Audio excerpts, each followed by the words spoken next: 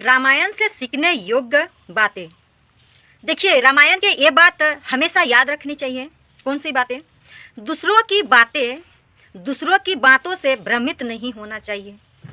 ये स्पष्ट लिखा हुआ है रामायण में। किस तरह से लिखा है चलिए मैं बताती हूँ आपको। देखो, कैकई माता थी ना, दशरथ जी का पत्नी थी। दशरथ जी का 3 पत्नियां थी, उनमें से एक कैकई जो थी, कैकई को प्रभु श्री राम से बहुत ही स्नेह था। लेकिन मंथरा कैकई की दासी थी, तो मंथरा ने कैकई की बुद्धि भ्रमित कर दी थी। मंथरा ने कैकई को अपनी बातों में ऐसा उलझाई कि वो यहाँ राम को शत्रु समझने लगी। राम को किसने? कैकई ने, दूसरों की बातों पर आकर। परंतु कैकई माता इतने प्रेम करती थी प्रभु श्री राम से, परंतु दूसरों की बातों में आकर दुश्मन समझने लगी। इसी ही वजह से कैकई श्री राम को वनवास और भरत को राज्य देने के अपने 2 वर राजा दशरथ जी से मांग लिए। 2 वर। कौन सा 2 वर था?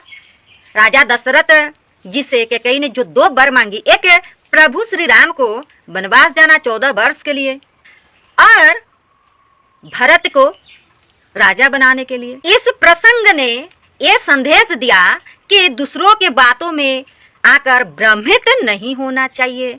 अगर दूसरों की बातों में अगर हम भ्रमित हो जाते हैं तो संहार पतन अगर होगा तो खुद का होगा। जैसे कैकई माता ने प्रभु श्री राम को वनवास के लिए वर मांग ली, और भरत से भी उन्हें हाथ धोना पड़ा।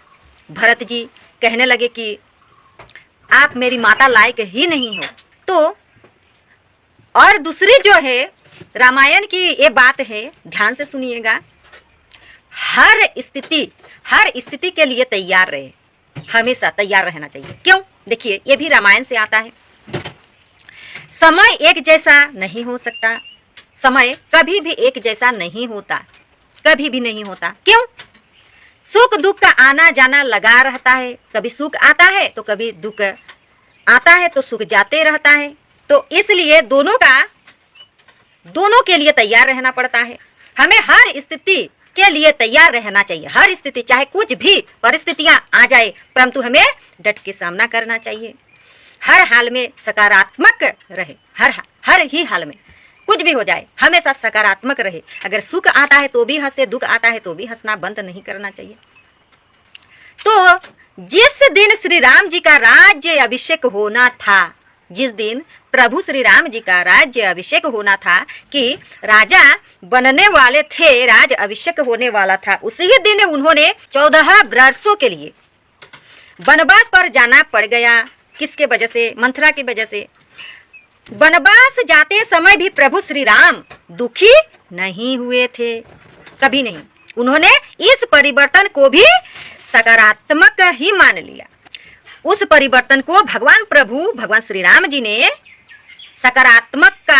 सकारात्मकता के साथ अपनाया, दुखों के साथ नहीं।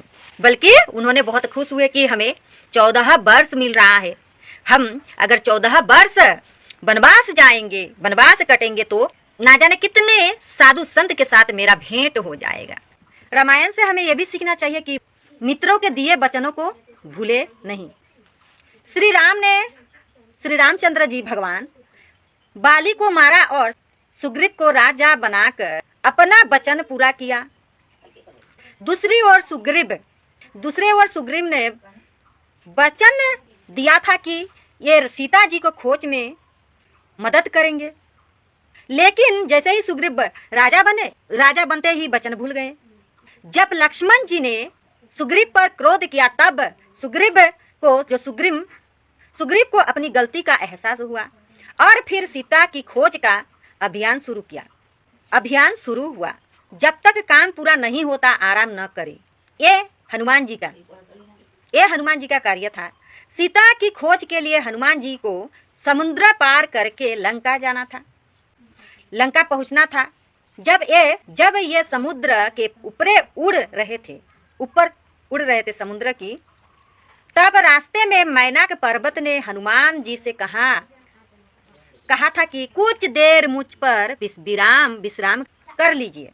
हनुमान जी ने मैनाक पर्वत जी से कहा कि जब तक ये राम काज पूरा नहीं कर लेते आराम नहीं कर सकते, जब तक राम काज पूरा नहीं कर लेते तब तक मैं आराम नहीं कर लेते। हनुमान जी ने मैनाक पर्वत का मान रखने के लिए उसे छुआ और फिर आगे बढ़ गए।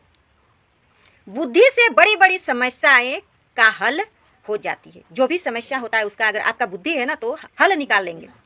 लंका की यात्रा में मैनाक पर्वत से बात करने के बाद हनुमान जी ने आगे बढ़े तो रास्ते में सुरसा ने उनका रास्ता रोक लिया। सुरसा राक्षसी, परंतु वो राक्षसी नहीं थी। हनुमान जी ने सोचा कि सुरसा से युद्ध करने में समय बर्बाद नहीं करना चाहिए। समय कितना बलवान होता है, समय कितना कीमती चीज होती है, हनुमान जी से सीखो कि बर्बाद नहीं करना चाहिए युद्ध करके।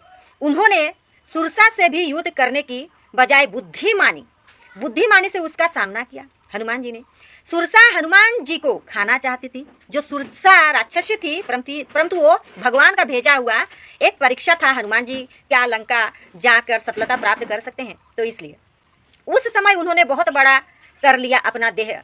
जब सुरसा ने अपनो मुंह बड़ा किया तो हनुमान जी छोटा सा रूप करके सुरसा के मुंह में प्रवेश कर गए।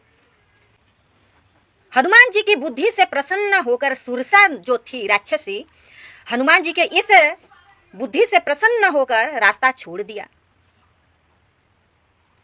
अपनी बल का घमंड न करे। आपका अगर बल है, शक्ति है, ज्ञान है तो कभी भी घमंड नहीं करनी चाहिए। क्यों? देखिए रामायण से यह सीख मिलती है, अपने बल पर, धन पर, अपनी योग्यता पर कभी भी घमंड नहीं करना चाहिए। क्यों?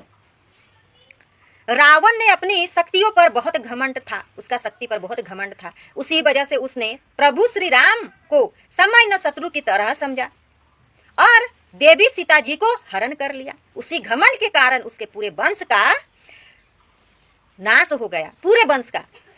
प्रभु श्री राम को एक छोटा शत्रु समझा और कहा कि मेरे जैसा बुद्धिमानी, ज्ञानी, शक्तिशाली कोई इस जगत में नहीं है, परंतु उसका सर्वनाश हो गया, उसका कुल का सर्वनाश हो गया। जय श्रीमन नारायण, राधे राधे, प्रणाम।